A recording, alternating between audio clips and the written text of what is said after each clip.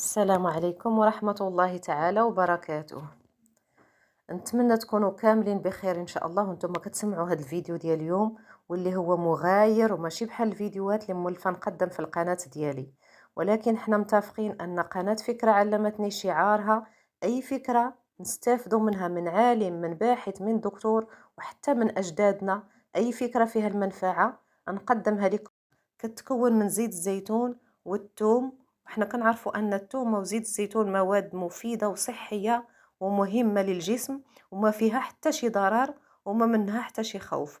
وغادي نضيفوا لها ان شاء الله واحد المادة ثالثة، اللي هي مادة ايضا سبحان الله مذكورة في القرآن، ومادة نافعة ومفيدة. ما تخافوش، جربوا هاد الوصفة 100% صحية ونافعة، ورحموا لي الوالدين عليها ان شاء الله. غير ضريس ديال الثومه غادي نديروه في واحد المعلقه او مغرفه او اي حاجه عندكم في الدار اللي غتقدروا تستعملوها فوق البوطه، وتكون اينوكس. من الافضل تكون اينوكس، ما تكونش الومنيوم. حنا عارفين ان الالومنيوم كيتاكسد مع الحراره، كتولي فيه ماده سامه. هي ما كتاثرش علينا في نفس اليوم، ولكن كل نهار غادي نستعملوا هذاك الالومنيوم، راه كيأثر بزاف على الصحه. فمن الاحسن نستعملوا واحد الحاجه اللي تكون اينوكس. هاد الثومه شنو غنديروا لها؟ غنضيفوا لها شويه زيت البلديه. الزيت البلديه اكيد موجوده في كل بيت عربي. غادي نخويو عليها شويه الزيت البلديه، ها هي بنفس الطريقه، ماشي بزاف، هكذا تقريبا واحد المعلقه على حسب اللي غادي يشربها، الا كان انسان كبير او صغير. حتى الاطفال ديروا لهم هاد الوصفه، ما تخافوش منها. حتى الاطفال ديروها ليهم، بالخصوص ملي تكون عليهم اعراض نزلات البرد، يعني سيلان الانف، الكحبه، العطيس، السخانه. هاد الاعراض كلها ديروا هاد المسائل، ديروا هاد الوصفه هي الاولى واحد يومين، وغادي تردوا عليا الخبر. والله من اول مره غديروها غتنزل الحراره. ها هي دابا حنا درنا هاد الزيت مع الثومه هكذا مباشره، ما غاديش نخليوه يتعطل باش ديك الزيوت الطياره اللي كاينه في الثوم ما تضيعش لينا. مباشره غنديوها فوق البوطه. بسم الله، غنجيو نشعلوا البوطه ان شاء الله. هانتوما كتحطوها بعاد، ما تحطوهاش مباشره فوق العافيه، وانما فوق منها شويه باش توصلها غير ديك الحراره. كنبقاو نحركوا هاد شويه ديال الثومه هكذا بطريقه بسيطه، وكنتسناو نشوفوا غير الزيت مباشره غير يسخن ونحيدوه من فوق البوطه. ما نخلوش الزيت يتحرق، لان الزيت البلديه الا تحرقات راها كتولي ماده سامه. يعني مجرد ما تسخن هاد المغرفه اولا المعلقه اولا الكاسرول اللي دايرين فيها نتوما هادشي غير تسخن. هانتوما شوفوا معايا،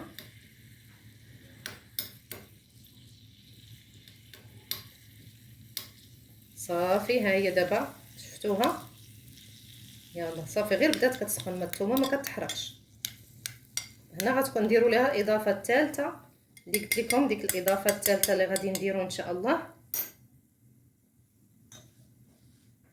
اللي هي ايضا ضروريه، اولا ممكن ماشي ضروريه ولكن ممكن نستغناو عليها، وهي معلقه ديال العسل. معلقه ديال العسل ها هي كنضيفوها هنا وكنخلوها تسخن صافي، ونطفيو البوطه يكفي هكذا. شي داك العسل دابا ندمج مع الزيت والثومه، ها هو غير سخن ما تحرقش، ها هو اللون ديال الثومه باقي بيض، شفتوه؟ راه غير داك العسل هو اللي عطاه داك اللون محمر.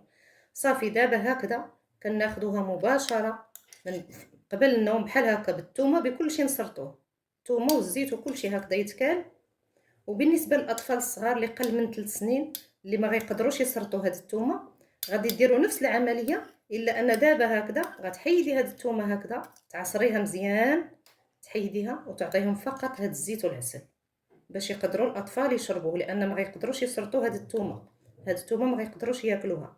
يعني غتحيديها هكا وغتعصري داك الفائده ديالها، ها هي صافي هبطات لينا فيها الزويته والعسيله، وكتعطي للاطفال هكذا معلقه قبل النوم مباشره. ياخذ هاد المعلقه وينعس، يتغطى وينعس، ما يشرب من بعدها والو، ولا الماء ما يشربوش. ومن يفيقوا ان شاء الله في الصباح اول حاجه ياخذوها المريض، يعني سواء كبير او صغير، هي نفس هاد الخلطه، نفس هاد الوصفه تعاوديها في الصباح مجرد الانسان ما يفيق يعاود ياخذها بحال هكا بنفس الطريقه، ويرجع الفراش ديالو يتغطى واحد 10 دقائق.